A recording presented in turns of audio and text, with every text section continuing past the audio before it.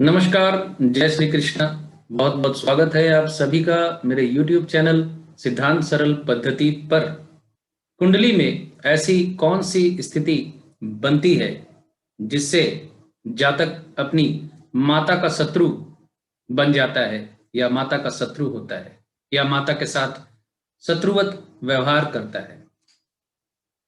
मनुष्य के जीवन में जितने भी प्रकार के संपर्क हैं उन सभी संपर्कों में जातक के साथ अपनी मां के साथ संपर्क सबसे ज्यादा इमोशनल संपर्क कहलाता है। इस संपर्क को सिर्फ अनुभव के माध्यम से ही अनुभव किया जा सकता है। मां अपनी संतान के लिए सब कुछ छोड़ सकती है और कभी-कभी इसका विपरीत भी होता है। अगर मां और संतान के बीच संपर्क अच्छा ना हो तो बहुत कुछ मूल्यहीन हो जाता है जीवन में। बात करते हैं कुंडली में ऐसी कौन सी स्थिति बन सकती है कि जातक का अपनी मां के साथ संपर्क शत्रुवत बन जाए। बुध अगर लग्नेश और चतुर्थेश होकर पाप ग्रह द्वारा दृष्टि प्राप्त कर रहा हो, यानी मंगल अगर चतुर्थ भाव में बैठकर सप्तम दृष्टि बुध पे अगर डाले तो ये पाप दृष्टि कहलाएगी। राहु कहीं से बैठकर अगर बुध पे दृष्टि दे या आप इसे सप्तम दृष्टि के तौर पे ही समझे, राहु की सप्तम दृष्टि अगर बुध पे पड़े तो जातक अपनी माता का शत्रु होता है। और बुध लग्नेश तथा चतुर्थेश मिथुन लग्न में ही बनता है और किसी लग्न में ये स्थिति नहीं बनती।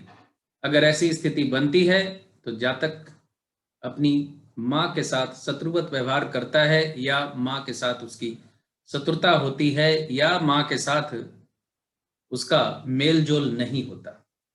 ऐसा योग अगर आपकी कुंडली में बनता है तो संतान अपनी माता के दुख का कारण बन सकती है। ऐसे योग में जातक अपनी मां को घृणा की दृष्टि से देखता है। मां को जो सम्मान देना चाहिए ऐसा जातक वो सम्मान अपनी मां को नहीं देता या नहीं दे पाता। माता के प्रति जो जिम्मेदारियां होती हैं एक संतान की, उन जिम्मेदारियों को ऐसी संतान पूर्ण नहीं करती या माता के प्रति जो भी जिम्मेदारी होती है वो जिम्मेदारियां पालन करने में जातक असफल रहता है। इसके बहुत से कारण हो सकते हैं। हो सकता है मां जातक के साथ रहती ही ना हो, मां बचपन में ही संतान को छोड़कर चली गई हो, तो जातक के मन में अपनी माता के प्रति ऐसे भाव जन्म ले सकते हैं।